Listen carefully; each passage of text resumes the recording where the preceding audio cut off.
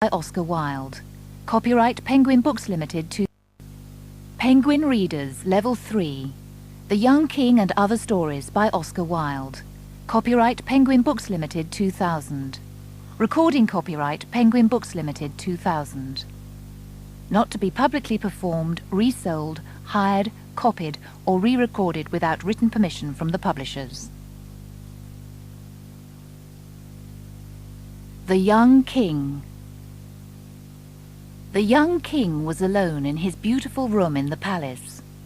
He was only 16 years old, and he was wild-eyed like an animal of the forest. The old king's servants found him in the forest. At that time, the boy believed that he was the son of a poor forester. He was brought up by the forester, but now he knew that he was the child of the old king's daughter. The king's daughter married an ordinary man, a painter. He painted pictures on the walls of the great church where kings were crowned. But one day he disappeared, leaving the pictures unfinished. The weak old baby was taken away from his mother's side while she slept. The forester and his wife had no children, and the baby was given to them. The princess died. When the old king was dying, he said, "My heart is heavy because I have done a terrible thing. The crown must not pass away from my family. Bring my daughter's child from the forest. He will be king after me." When the boy was brought to the palace, he showed a strange love for beautiful things. He gave a happy cry when he saw his fine new clothes and rich jewels. He quickly took off the old coat that he wore in the forest.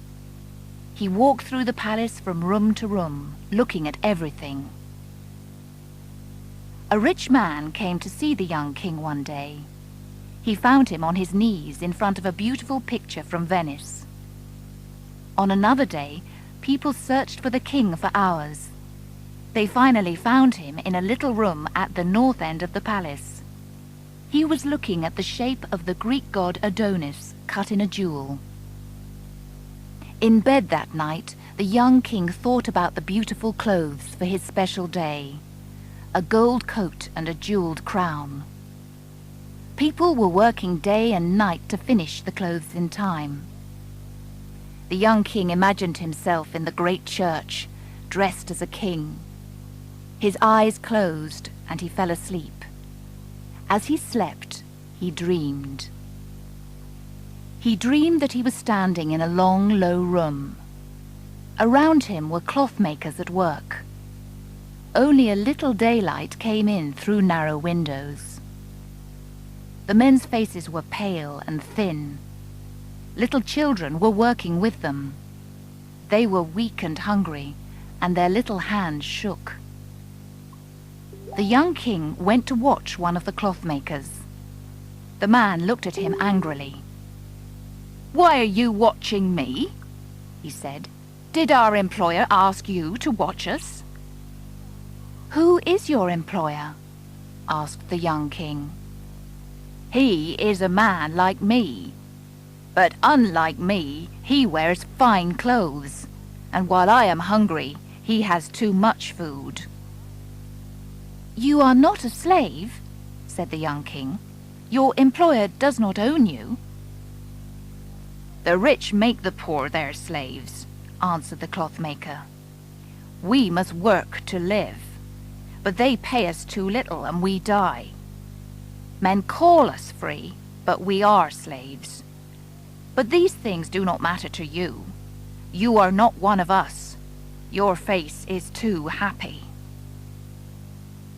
He turned away and continued his work. Then the young king saw that the cloth maker was making gold cloth. He felt a sudden fear. "Who are you making that cloth for?" he asked. "I am making it for the crowning of the young king." The young king woke up with a loud cry. He was in his own room in the palace. Through the window he saw the golden moon hanging in the sky. The young king fell asleep again and dreamed. He dreamed that he was on a ship. Hundreds of slaves were working on the ship. They were wearing only simple cloths round their waists, and each man was tied to the man next to him. The hot sun shone down on them without pity. A man ran up and down between the slaves. He hit them until the blood came. "Work faster!" he ordered. At last the ship stopped near some land. The seaman took one of the youngest slaves, tied a stone to his feet, and let him down over the side of the ship. After some time they pulled him out of the water. He had a pearl in his right hand. The seaman took it from him, then pushed him back into the water. The young slave came up again and again. Each time he brought with him a beautiful pearl. The seaman put the pearls in a green bag. Then the slave came up for the last time. This time he brought the best pearl of all. It was shaped like the full moon, and it was brighter than the morning star. But the face of the slave was strangely white. He fell down on the ship, and blood came from his ears and mouth. "Dead?" cried one of the seamen. "Throw the body into the sea." He looked at the pearl. "This will be for the crowning of the young king."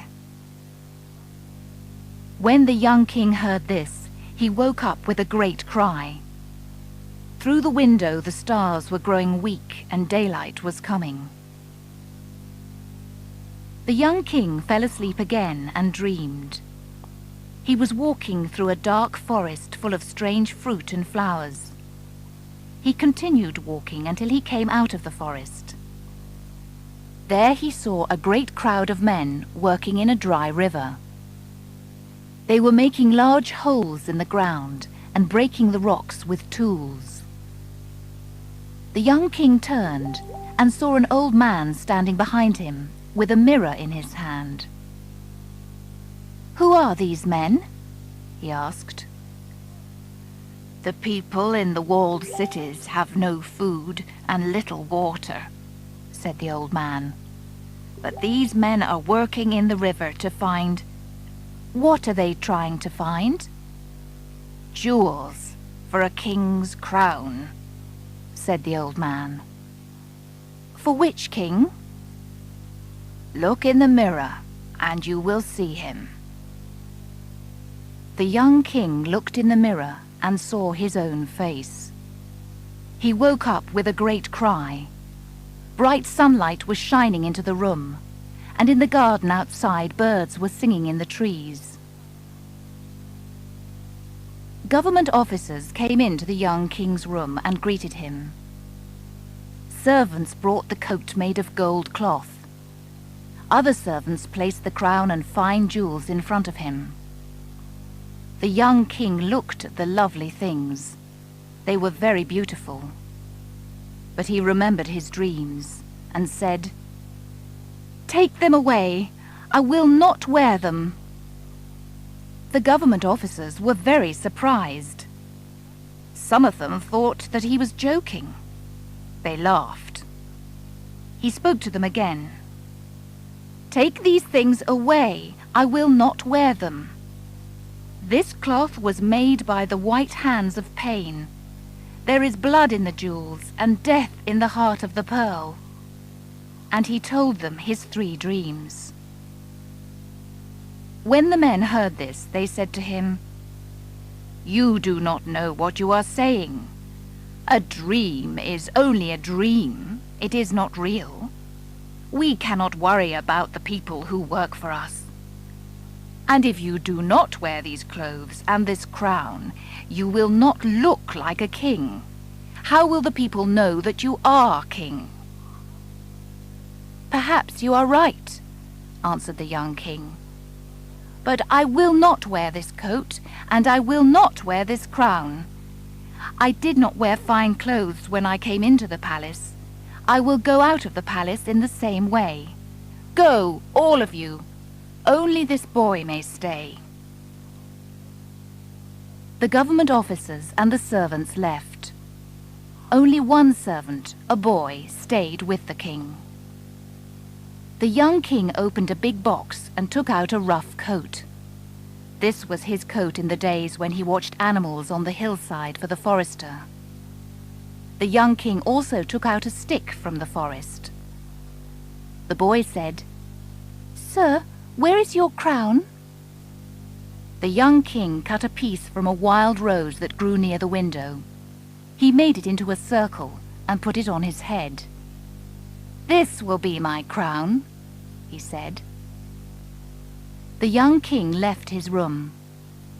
The government officers were waiting for him. He got up on his horse and rode out through the great gates of the palace towards the church. The boy ran with him. The people in the streets laughed. "This is not the king," they said as he rode past them. He stopped and answered, "I am the king." And he told them his 3 dreams. A man came out of the crowd and spoke angrily to him. "The life of the poor comes from the fine things that rich people use. When we make these things, we can buy bread. Go back to your palace and put on your king's clothes. Why are you worrying about us?" "Aren't rich people and poor people brothers?" asked the young king. His eyes filled with tears as he rode through the angry cries of the people. The boy became afraid and left him. At the great gate of the church, the soldiers tried to stop him. "Only the king can come in here," they said to him. "I am the king," he answered angrily, and he pushed through them. The most important priest in the church was waiting to crown the new king. He saw the young king in his poor clothes, and he went to meet him. "My son," he said, "is this how a king dresses? What crown shall I crown you with? This should be a day of great happiness." "Can happiness wear what sadness and pain have made?" said the king, and he told the high priest his dreams. "I am an old man," answered the high priest. "I know that many wrong things are done in the world, but God has made us this way, and He is wiser than you. The weight of this world's suffering is too heavy for one man." "Can you say that in this house of God?" said the young king. He walked past the high priest and went down on his knees. Suddenly a loud noise came from the street outside. The government officers came into the church shouting, "Where is this dreamer of dreams? Where is the king who is dressed as a servant? He cannot be our king." The young king stood up and turned sadly towards them. Then sunlight shone down through the colored glass of the church windows. It changed his coat into a coat that was more beautiful than one of gold cloth. From the dead stick white flowers grew that were more beautiful than pearls. The wild roses on his head shone brighter than jewels. He stood there dressed as a king. The light of God filled the place, and there was music and singing. The people fell on their knees. The high priest laid his hands on the young king's head. "Someone has crowned you who is greater than me," he said, and he went down on his knees in front of his king. The birthday of the Infanta. It was the birthday of the Infanta, the daughter of the King of Spain. She was 12 years old. The little princess was playing with her friends in the sun-filled palace garden. From a window in the palace, the king watched her.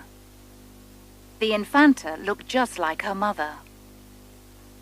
The king thought sadly about his young French queen.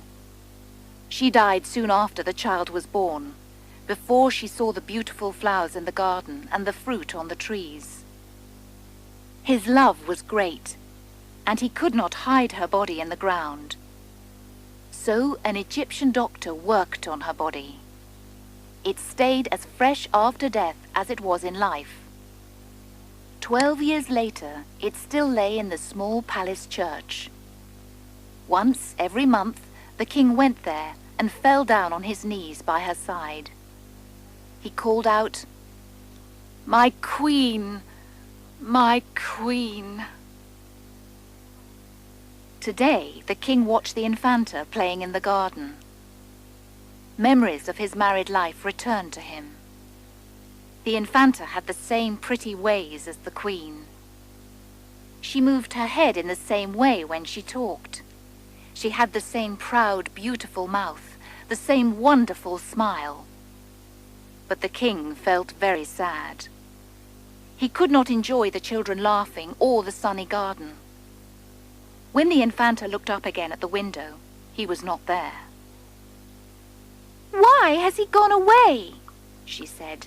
"When I want him to stay with me on my birthday? Where is he? Has he gone to that dark little church where I cannot go? He is very silly. The sun is shining so brightly and everyone is so happy." She walked to a big tent to watch her birthday show. Don Pedro, her uncle, went with her. The camarera went too. She was a great lady who looked after the Infanta. At the show, some boys rode on wooden horses dressed in bright clothes. An Indian man played music on a pipe and made magic. He covered the sand with a cloth, and a tree grew up out of it. Then flowers grew on the tree. He brought eggs out of his nose. Then he took one egg and changed it into a little bird. The bird flew away, and the children were excited and happy. Some schoolboys did a beautiful dance. Then some Africans sat in a ring and played music. Another man brought in a dog. The animal stood up on its back legs and danced. But the funniest thing was the dancing of an ugly little dwarf. He had very short legs and a very big head. The children laughed and laughed at him. The camarera told the Infanta to be quieter. A princess must not laugh so loudly. The dwarf was found by 2 rich Spanish men when he was running wild in the forest. His father happily sold his ugly child to them, and they took him to the palace as a surprise for the Infanta. There was one very funny thing about the dwarf. He did not seem to know how strange and ugly he looked. He seemed quite happy. When the children laughed, he laughed too. The Infanta was very amused by him. He could not keep his eyes off her.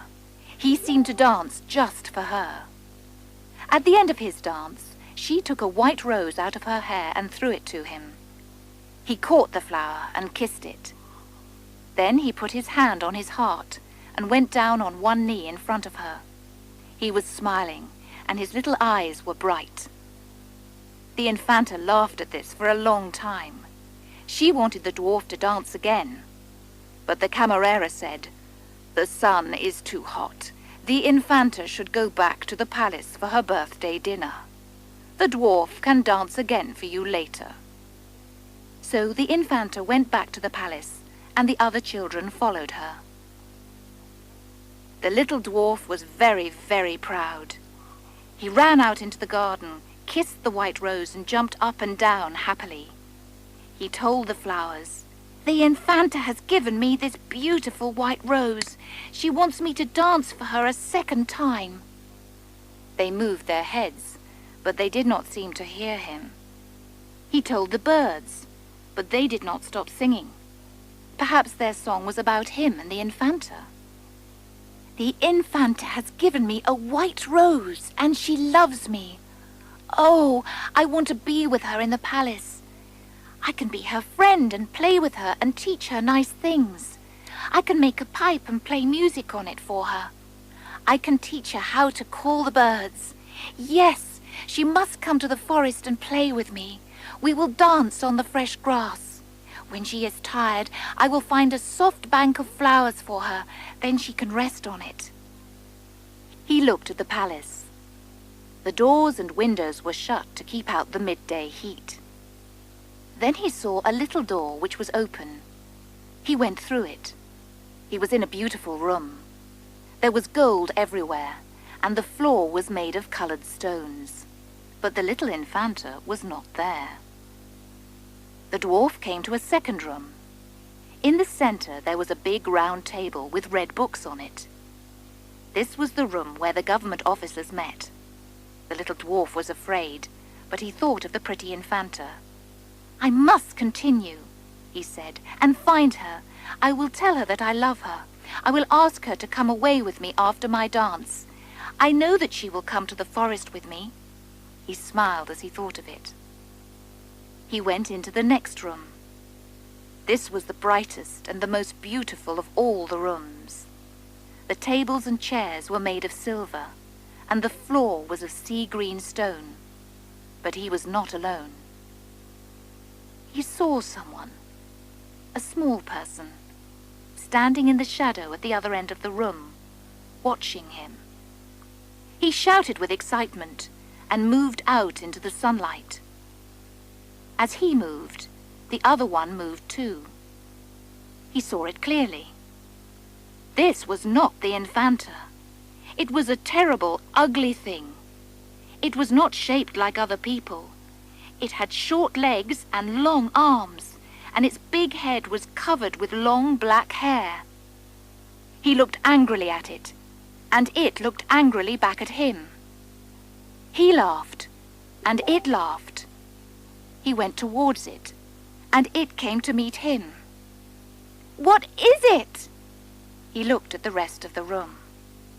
He could see everything in this wall of clear water. Every picture, every chair, every table. He took the white rose and kissed it. That other one had a rose too. It kissed it and pressed it to its heart. He was looking at himself in a mirror. When he realized this, he fell down on the floor. He cried. He was the ugly one. The children laughed at him, not with him. The little Infanta did not love him. She only laughed at his ugliness. "Why didn't they leave me in the forest? There were no mirrors there, and I never knew. Why didn't my father kill me? Why did he sell me so other people could laugh at me?"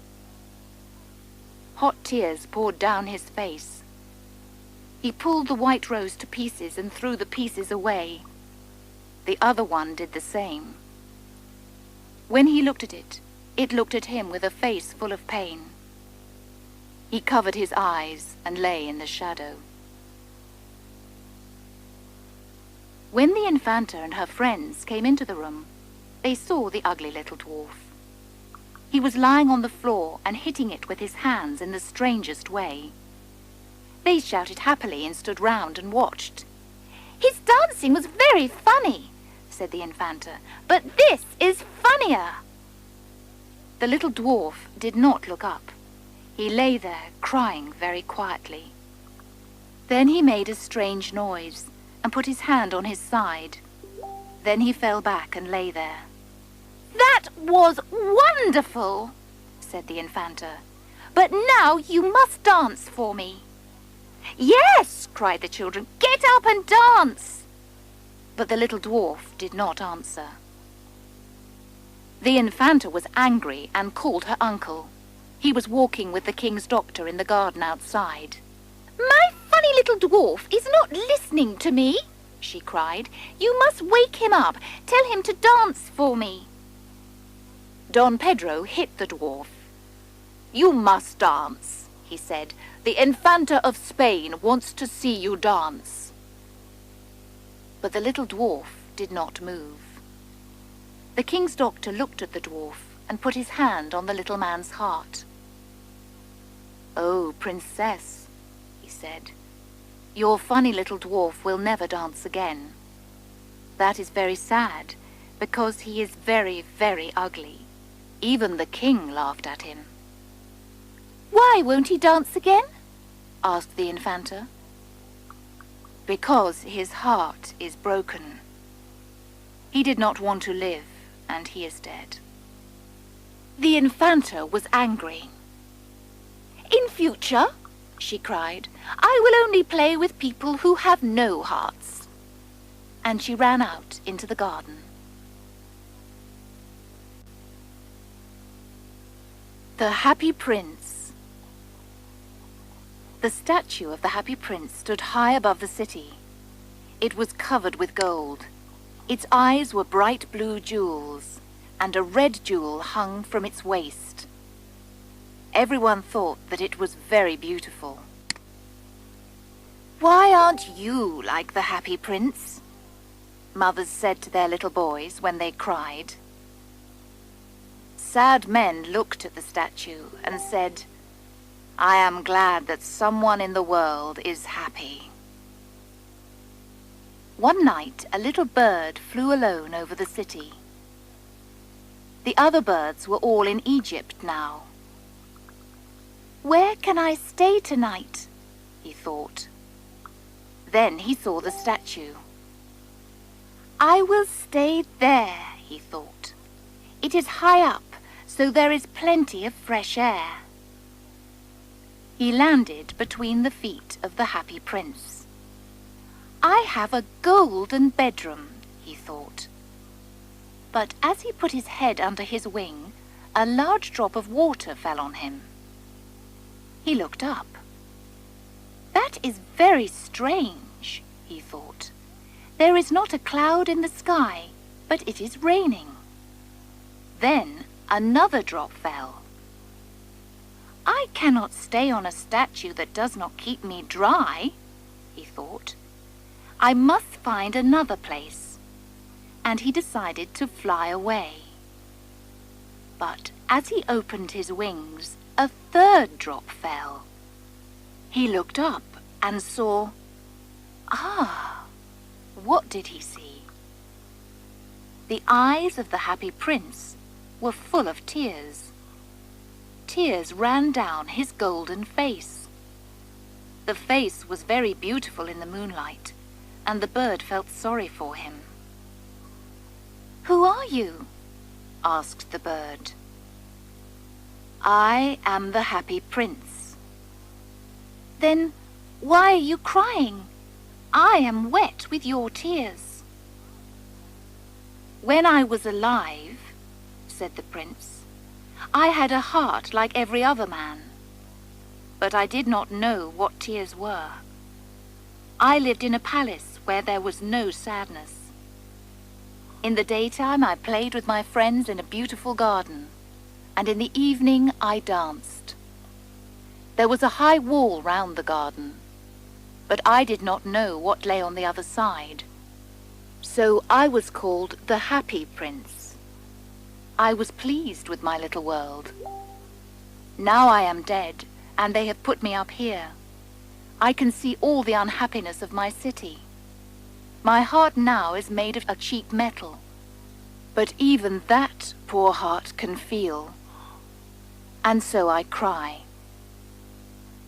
"Oh," said the bird to himself, "he is not all gold. He is only gold on the outside." "Far away from here," said the Happy Prince in a low voice, "there is a poor house in a little street. Through an open window I can see a woman at a table. Her face is very thin, and she has rough red hands. She is making a dress for one of the Queen's ladies for a dance in the palace. Her little boy is lying on a bed in the corner of the room. He is very ill. He is crying because she can only give him water from the river. Little bird, will you take my red jewel to her? I cannot move from here." "My friends are waiting for me in Egypt," said the bird. Little bird," said the prince, "please stay with me for one night and do this for me. The boy is crying, and his mother is so unhappy." The Happy Prince looked very sad. and the little bird was sorry for him. "It is very cold here," he said, "but I will stay with you for one night. Tomorrow I will take the jewel." "Thank you, little bird," said the prince. So the bird took the great red jewel from the prince's waist and flew away with it over the roofs of the town. He passed the palace and heard the sound of dancing. A beautiful girl was at a window with her lover. "I hope my dress will be ready for the dance next week," she said. "Those women are so lazy." The bird passed over the river and flew and flew. At last he came to the poor little house and looked inside. The boy was lying on the bed. The mother was asleep. She was so tired. He flew in and put the great red jewel on the table. Then he flew round the bed, moving the air around the boy's face with his wings. "Oh," said the boy, "my face does not feel so hot. I think I am getting better." And he fell asleep. Then the bird flew back to the happy prince. "It is strange," the bird said. "It is very cold, but I feel quite warm." "That is because you have done a good thing," said the prince. The little bird fell asleep. When day came, the bird flew down to the river for a bath. A clever man saw him. "That is very unusual," he said. "That kind of bird here in winter. I must write that down." "I will go to Egypt tonight," thought the bird. When the moon came up, he flew back to the happy prince. "Can I do anything for you in Egypt?" he said. Little bird," said the prince, "please will you stay with me for one more night?" "My friends are waiting for me," answered the bird. "Far away across the city," said the prince, "I can see a young writer in a little room at the top of a house. He is sitting at a table that is covered with papers. At his side there are some dead flowers. He is trying to finish a story, but he is very cold and he cannot write. There is no fire in the room, and he is weak and hungry." "I will wait with you for one more night," said the bird kindly. "What shall I take to him?" "Take him one of my eyes," said the prince. "They are made of beautiful blue stones from India. The young man can sell it and buy wood and food. He can finish his story." "Take out your eye, dear prince," said the bird. "I cannot do that." And he began to cry. "Do it," said the prince. So the bird took out the prince's eye and flew away to the young man's room. It was easy to get in because there was a hole in the roof. The young man was sitting with his head in his hands, so he did not hear the bird's wings. When he looked up, a beautiful blue jewel was lying on the dead flowers. "Someone likes my stories," he cried happily.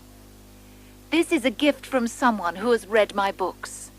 Now I can finish writing this story." On the next day, the bird flew down to the river. He watched the seamen working on the ships. "I am going to Egypt," he cried, but no one listened to him. When the moon came up, he flew back to the happy prince.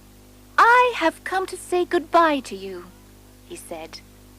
Little bird," said the prince, "please will you stay with me for one more night?" "It is winter," answered the bird. "The snow will soon come. In Egypt the sun is warm and the trees are green. Dear prince, I must leave you, but I will never forget you." A little girl is standing there in the square below. She is selling eggs. Her eggs have fallen on the ground and they are broken. She has no money to take home. Her father will hit her. Take out my other eye and give it to her." "I will stay with you for one more night," said the bird, "but I cannot take out your other eye. You will not be able to see." "Do it," said the prince. So the bird took out the prince's other eye and flew down with it. He flew to the girl and put the jewel in her hand. "This is a beautiful piece of glass," cried the little girl. She ran home laughing. Then the bird flew back to the prince. "You cannot see now," he said, "so I will stay with you." "No," said the poor prince. "You must go to Egypt." "I will stay with you," repeated the bird, and he slept at the prince's feet. The next day he stayed with the prince. He told the prince stories about the strange lands that he knew. "Dear little bird," said the prince, "you are telling me about strange and wonderful things, but the suffering of men and women is stranger than anything. Fly over my city, little bird. Tell me what you see there." So the swallow flew over the great city. He saw the rich eating and drinking in their beautiful houses. He saw the poor people sitting at the gate. He flew into the dark streets and saw the white faces of hungry children with sad eyes. Under a bridge, 2 little boys were lying close together to keep warm. "We are so hungry," they said. "You cannot lie there," shouted a guard. Then the bird flew back and told the prince. "I am covered with fine gold," said the prince. "Take it off piece by piece and give it to my poor people." The bird pulled off the gold until the happy prince looked grey and ugly. The bird took the gold to the poor, and the children's faces became brighter. "We have bread now," they cried. Then the snow came. Ice followed the snow and hung down from the roofs of the houses. Everyone wore thick coats. The little bird became colder. He did not leave the prince because he loved him too much, but he was dying. "Goodbye, dear prince," he said. "Can I kiss you?" "I am glad that you are going to Egypt," said the prince. "You have stayed too long. Kiss me, because I love you." "I am not going to Egypt," said the bird. "I am going to the house of death." He kissed the prince and fell down dead at his feet. Then there was a strange sound inside the statue. Crack! The metal heart broke into 2 pieces. Early next morning, an important man in the city was walking below with 2 of his friends. He looked up at the statue. "The happy prince does not look very bright," he said. "The red stone has disappeared. His eyes are not there, and he is not golden. He looks like a beggar." "Yes, he does," said the man's friends. "Here is a dead bird at his feet," said the officer. "We must make an order that birds cannot die here." They pulled down the statue of the happy prince and put it in the fire. A stream of bright metal ran out. "This is strange," said the workman. "This broken piece in the middle of the statue has stayed hard. We must throw it away." So they threw it away with the dead bird. God said to his servants, "Bring me the 2 best things in the city." They brought him the broken heart and the dead bird. "Yes, you have brought the right things," God said. "This little bird will sing forever in my garden, and the happy prince will stand in my city of gold."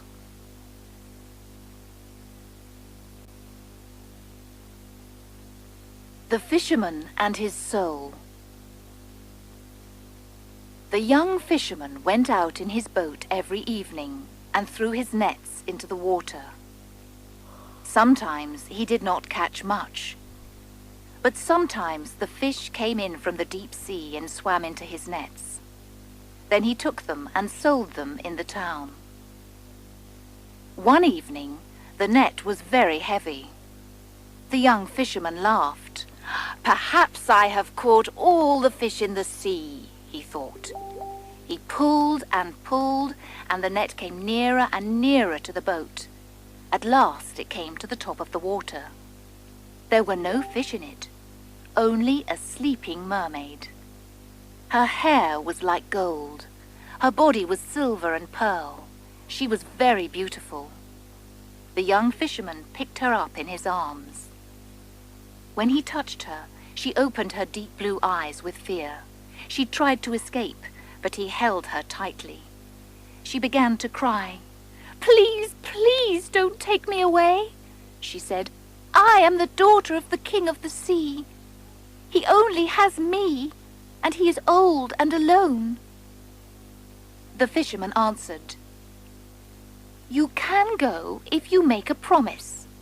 When I call you, you must come to me. You must come to me and sing. The fish love the song of the people of the sea. They will come, and my nets will be full." So the mermaid promised. The fisherman opened his arms, and she disappeared into the water. Every evening after that, when the young fisherman went out in his boat, he called to the mermaid. She came up out of the water and sang the songs of the people of the sea. She sang about the king's palace, with its roof of clear blue jewels and its pearl floor. She sang about the gardens of the sea. The big fish came in from the deep sea to listen to her songs. Then the young fisherman threw his nets round them and caught them. When his boat was full, the mermaid disappeared into the sea. The mermaid never came close to him. Once he tried to touch her, but she went down into the water. He did not see her again that day. Each day the sound of her voice became sweeter in his ears.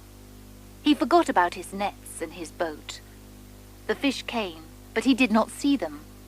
He sat in his boat and listened.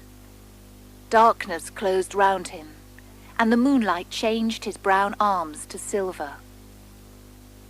One evening the young fisherman called to the mermaid. "Little mermaid, I love you. Take me as your husband."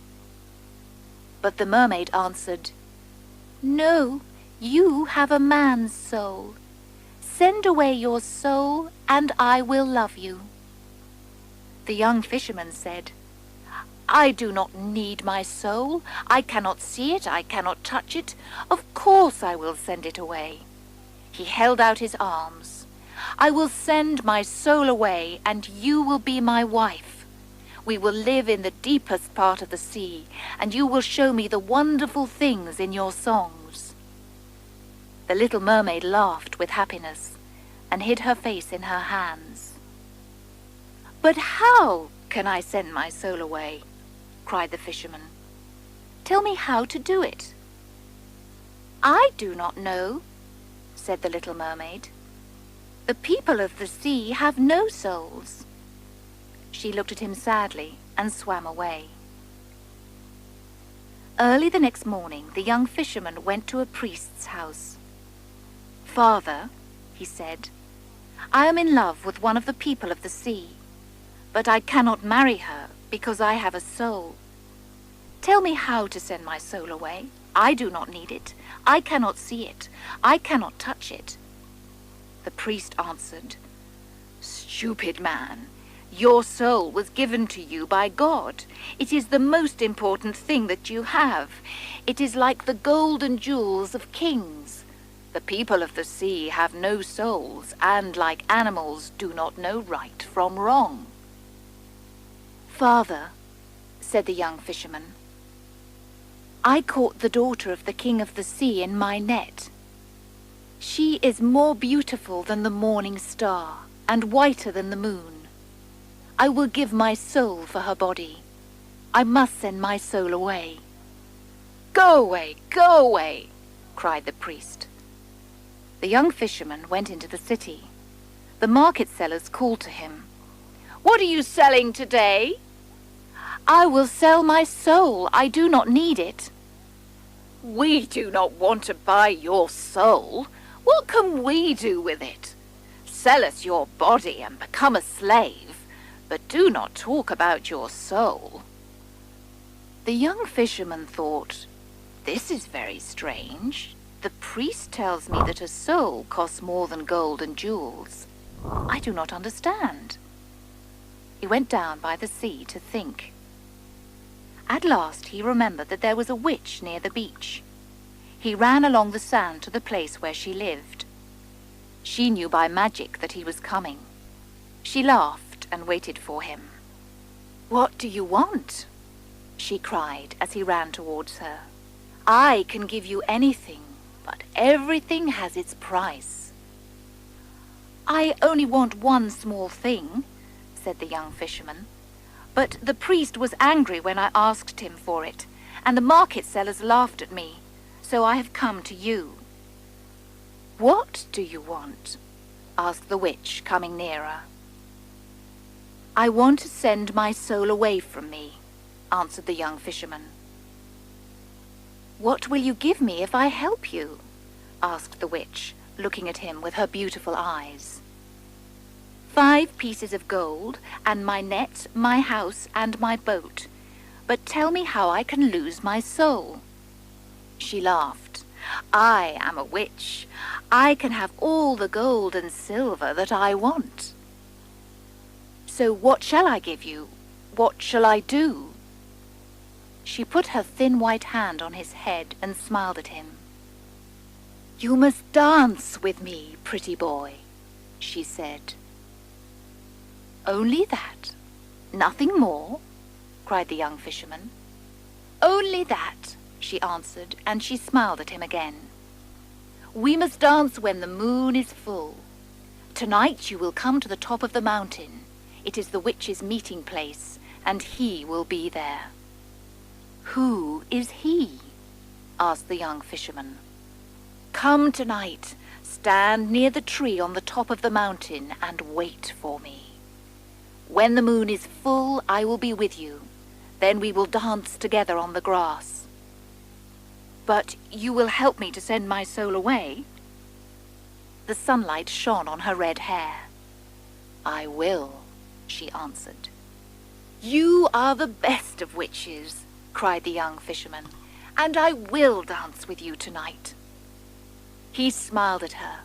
Then he ran happily back to the town. The witch watched him as he went. "He will be mine," she said. "I am as beautiful as she is." That evening the young fisherman climbed to the top of the mountain and stood under the tree in the moonlight.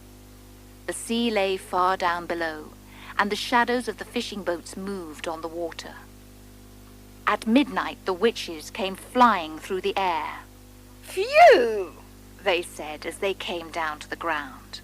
"What is this smell? There is a stranger here." The young witch came last. She wore a gold dress, and her long red hair flew out behind her. "Where is he? Where is he?" cried the witches when they saw her. She laughed and ran to the tree and took the fisherman's hand. She pulled him out into the moonlight and began to dance with him.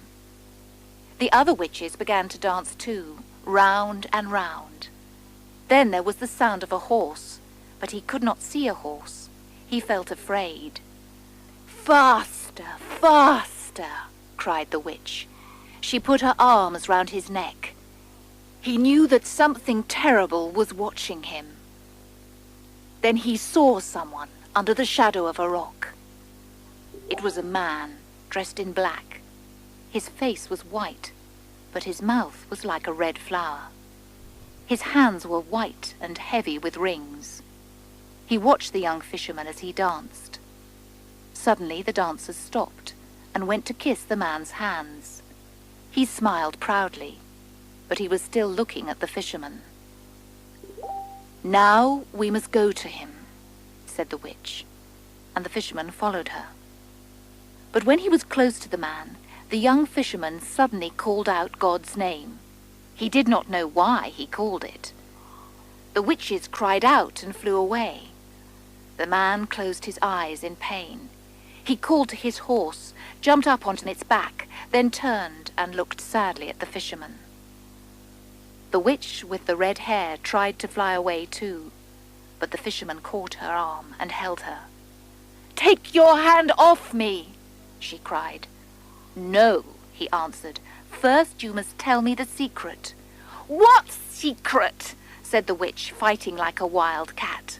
"You know," he answered. There were tears in her green eyes. "I am as beautiful as the daughter of the sea," she said.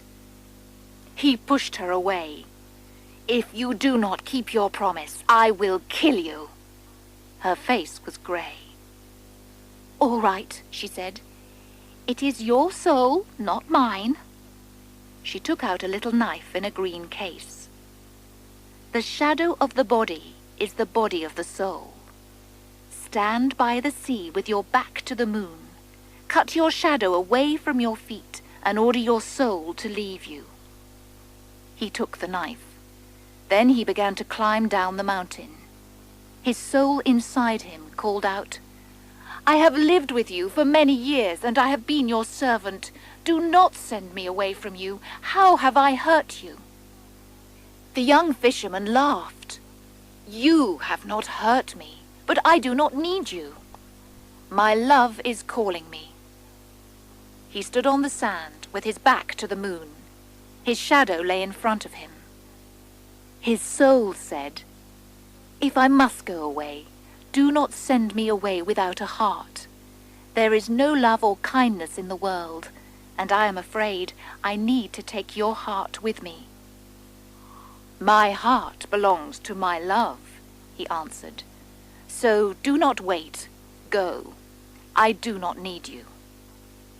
The young fisherman took the little knife out of its case and cut away the shadow from round his feet. It stood up in front of him. It was just like him.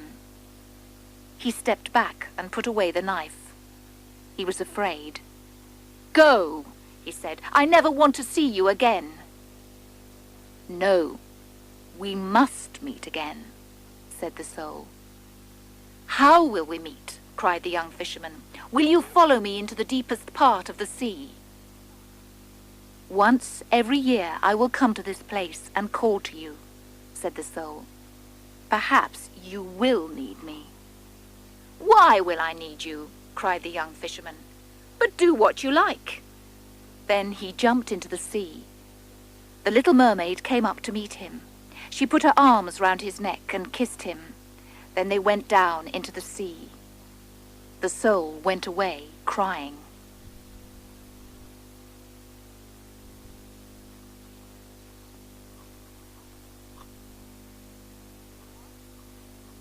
After a year, the soul came down to the sea and called to the young fisherman. He came out of the sea and said, "Why are you calling me?" The soul answered, "Come nearer. I want to tell you about the wonderful things that I have seen." So the fisherman came nearer and listened. "When I left you," the soul said to him, "I traveled to the east. All wise things come from the east. I arrived at a city, walked through its streets, and came to the garden of its god. 'I want to see your god,' I said to one of the priests, and he took me to a house in the garden. There was no god there, only a metal mirror on a stone table. I said to the priest, 'Where is the god?' He said, 'There is no god, but this is a special mirror. It shows everything on earth. When you have this mirror, you know everything. Nothing is hidden from you.' I stole the mirror, and I have hidden it close to here. Take me as your soul again, and you will be wiser than all the wise men." The young fisherman laughed. "Love is better than understanding," he cried, "and the little mermaid loves me." He went back into the sea. The soul went away, crying. After the second year, the soul came down to the sea and called to the young fisherman. The fisherman came up out of the sea and said, "Why are you calling me?" "Come nearer," the soul answered. "I want to tell you about the wonderful things that I have seen. When I left you, I traveled to the south. All gold and jewels come from the south. After many days, I came to Ashtar. The king of that city has a special ring on his finger. If you have that ring, you are richer than all the kings in the world. I went into the king's palace. The soldiers hit me, but they could not hurt me. The king said, 'Who are you? Why can't we hurt you? Please leave here tonight. While you are here, I am not king of this city.' I answered, 'I will go if you give me your ring.' Then the soul said to the fisherman, 'I have hidden the ring in a place not far from here. Come with me and take it. You will be richer than all the kings in this world.' The young fisherman laughed. 'Love is better than gold and jewels,' he cried, 'and the little mermaid loves me.' He went back into the sea. The soul went away, crying. At the end of the third year, the soul came down to the sea and called to the fisherman. When he came, the soul said, "Come nearer. I want to tell you about the wonderful things that I have seen. On my journeys, I came to a city where there is a house near the river. Seamen come to that house and drink wine. As I sat there, an old man came in. He played music, and a girl came and danced. Her face was covered and I could not see it, but her white feet moved like little birds. They were the most beautiful feet that I have ever seen. It was the most wonderful dancing. It is only a few days' journey from this place." The young fisherman remembered that the little mermaid had no feet. She could not dance. So he said, "All right, it is only a short journey, and then I can return to my love." He climbed out onto the land and held out his arms to his soul. The soul cried with happiness and went into him. They traveled all that night and came to a city. As they walked along a street of jewelers, the young fisherman saw a fine silver cup. The soul said to him, "Take that cup and hide it." So he took the cup, and they left the city quickly. But then the young fisherman threw the cup away. "Why did you tell me to take that cup?" he said to his soul. "It was wrong." But his soul answered, "It does not matter." On the evening of the second day, they came to another city. As they walked along the street, the young fisherman saw a child with a pot of water. His soul said to him, "Hit that child." So he hit the child, and the child cried. Then they left the city quickly. But then the young fisherman became angry. "Why did you tell me to hit that child? It was wrong." But his soul answered, "It does not matter." Late on the evening of the third day, they came to another city. The young fisherman sat down and rested. After some time, a man came past them. "Why are you sitting here in the street?" he said. The young fisherman answered, "I have nowhere to sleep. I have no friends in this city." The man said, "Aren't we all brothers? Didn't one God make us all? Come with me to my house." So the young fisherman slept at the man's house. In the middle of the night, his soul woke him and said, "Go to the man's room, kill him and take his gold. We need it." The young fisherman went to the man's room. There was a knife near his bed, and there were 3 bags of gold. The young fisherman put out his hand and touched the knife, but the man woke up. "Are you paying for my kindness with blood?" he said. The soul said, "Kill him." So the young fisherman killed the man and took the bags of gold. When they were away from the city, the young fisherman said, "Why did you tell me to kill the man?